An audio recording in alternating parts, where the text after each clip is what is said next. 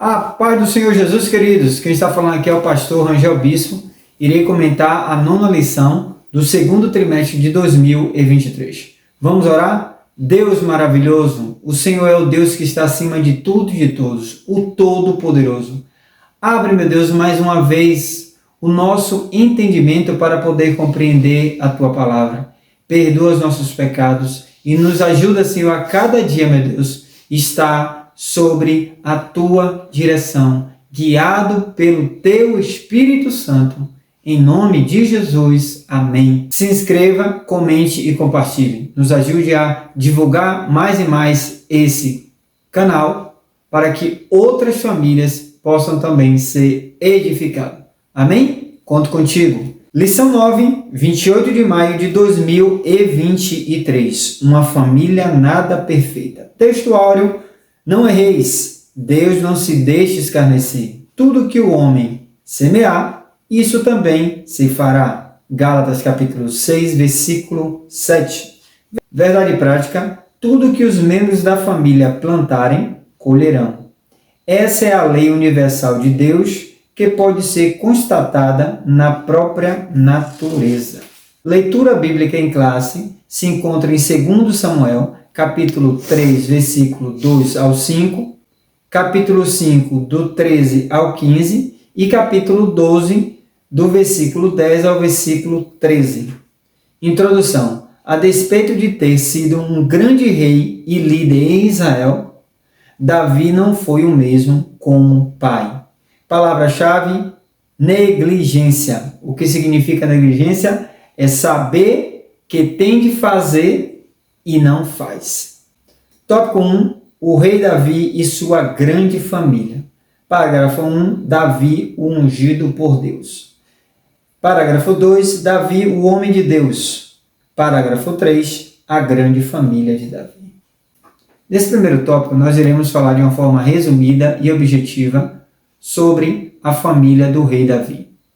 Davi, ele foi o sucessor do rei Saul. Saul, rejeitado por Deus, o Senhor chama Samuel e manda ele ungir a Davi. Naquele banquete na casa de Jessé, Davi não foi convidado inicialmente.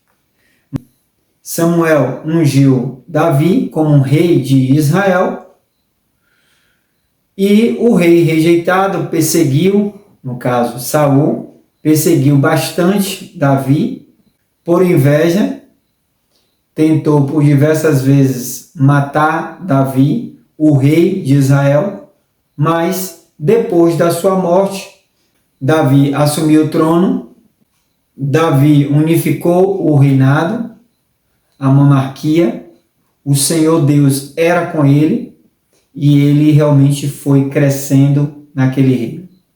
Porém, Davi foi um homem namorador, teve várias concubinas, várias mulheres e assim muitos filhos, em média de 20 filhos. No princípio não foi assim. Deus criou Adão e criou Eva. Deus não criou Adão, Eva e Ivo. Mas por rebeldia e também dureza do coração do homem, Deus permite. Note que uma família já traz consequências, como a gente está estudando nesse trimestre sobre Rebeca, Isaac, uma família, um marido, uma mulher, porém tiveram problemas. Que dirás quando você tem várias mulheres e vários filhos?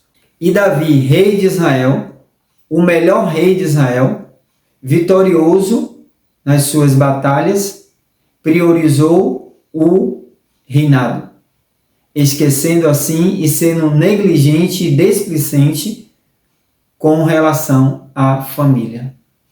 E nós temos de entender, como falei na lição anterior, a ordem é Deus, família, igreja. Quando mudamos essa ordem, as consequências vão ser gravíssimas na vida da família. Tópico 2. Filhos e parentes na casa de Davi. Parágrafo 1, Tamar. Parágrafo 2, Absalão. Parágrafo 3, Aminon.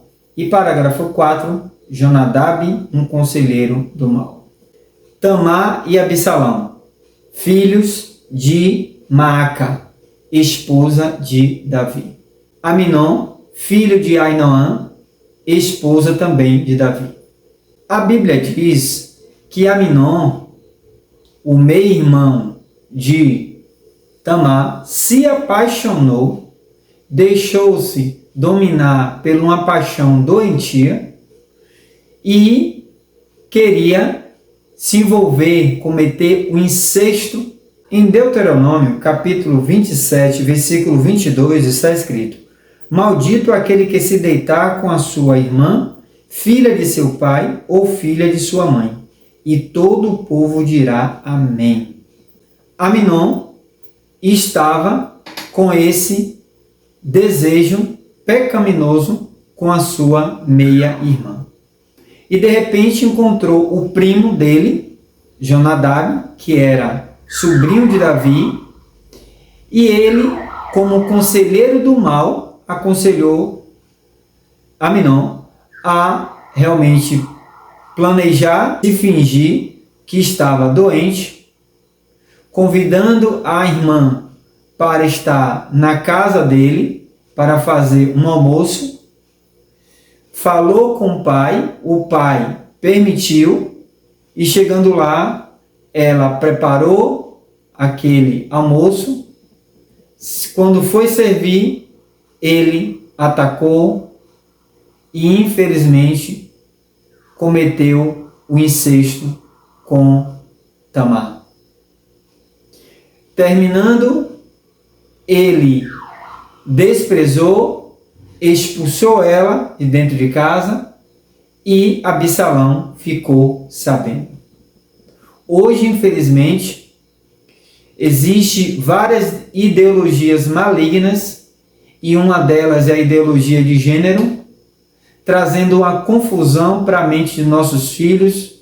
Está presente nas faculdades, nos colégios, nas universidades, e precisamos combatê-lo, vigiando para realmente os nossos filhos não cair nessas ideologias, porque a ideologia aqui era o incesto e hoje tem diversas outras ideologias, e precisamos estar sempre utilizando a palavra de Deus para não cair nessas ciladas, nessas ideologias malignas, e que Deus possa nos ajudar a vigiar. Tópico 3, o problema moral na família de Davi. Parágrafo 1, as consequências de sua falta de domínio próprio. Parágrafo 2, incesto e morte na família. E parágrafo 3, vigilância, a proximidade e exemplo.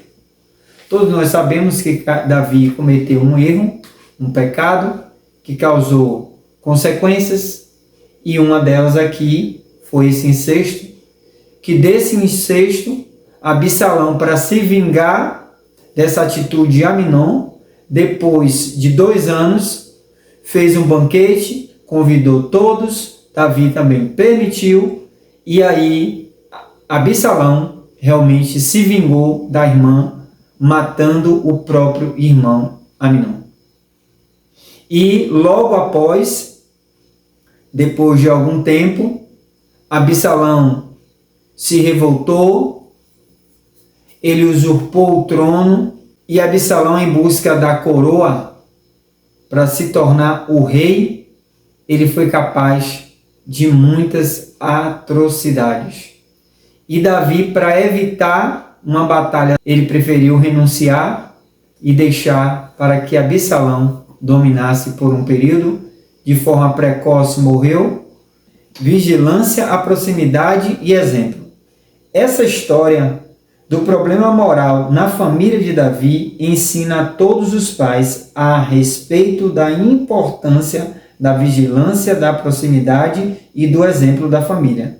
É muito importante desenvolvermos uma relação sóbria e equilibrada com nossos cônjuges, filhos, parentes e pessoas próximas da nossa família. Infelizmente, não estamos livres de depararmos com problemas morais difíceis na família. Por isso é preciso que os pais façam a sua parte, acompanhando de perto o que acontece nos lares, sobretudo fazendo isso por meio do exemplo de quem busca viver para a glória de Deus dentro de casa. Como o próprio comentarista da lição, o pastor Leonai Cabral, ele sinaliza que não estamos livres de depararmos com situações parecidas. Mas é preciso entender que os pais não podem de forma alguma terceirizar a sua educação. Infelizmente, a partir dos anos 90, quando as mulheres começaram a sair de casa também para trabalhar, o pai trabalhando, a mãe trabalhando, os filhos ficam na creche, os filhos ficam com a babá, com a vizinha, com a avó, e assim terceirizando a educação dos nossos filhos. E nós, como pais, precisamos nos conscientizarmos a cada momento. Nós temos de priorizar também a educação dos nossos filhos. Precisamos ter tempo para a nossa família. A ordem sempre será Deus, família e igreja. Deus, família e trabalho. Deus, família e fama. Não podemos mudar esta ordem. Nossos filhos precisam de presença e nem sempre de presente. Conclusão, vimos que a família do rei Davi era disfuncional, o que trouxe problemas de longo prazo para toda a família. Por isso é preciso cultivar os valores da palavra de Deus em nossos lares, que os pais exerçam seus papéis em casa, transmitindo esses valores e acompanhando de perto os seus filhos. Que os cônjuges tenham um relacionamento que traga equilíbrio e segurança aos filhos. A vida cristã em família é a maior prevenção contra os desajustes da atualidade. Essa é a verdade. Por fim, tenha tempo para educar os seus filhos, tenha tempo para corrigir os seus filhos, tenha tempo para observar erros ou acertos, mas tenha tempo para a sua família, porque família é projeto de Deus. É projeto de Deus, é o nosso maior patrimônio. Não podemos deixar realmente a nossa família de canto para conquistar bens, para depois investir todo aquele recurso que a gente adquiriu para salvar a nossa família. Cuide da sua família, porque família sempre será projeto de Deus. Que Deus abençoe a tua família, que Deus nos ajude, nos dê sabedoria para educar os nossos filhos a todo momento, para supervisionar a educação, para ter tempo para a nossa família, em nome de Jesus. Se você gostou deste estudo, como forma de agradecimento, se inscreva, comente e compartilhe. Não esqueça de se levantar para ser um intercessor pelo nosso Brasil. O Brasil pertence ao Senhor Jesus e nenhuma praga chegará ao nosso Brasil, à nossa sociedade, porque eu creio em um Deus que dará um grande livramento para nossas vidas. Continue orando, intercedendo, porque Deus irá agir ao nosso favor. Ok? Deus abençoe. Até o próximo estudo, se assim Deus permitir.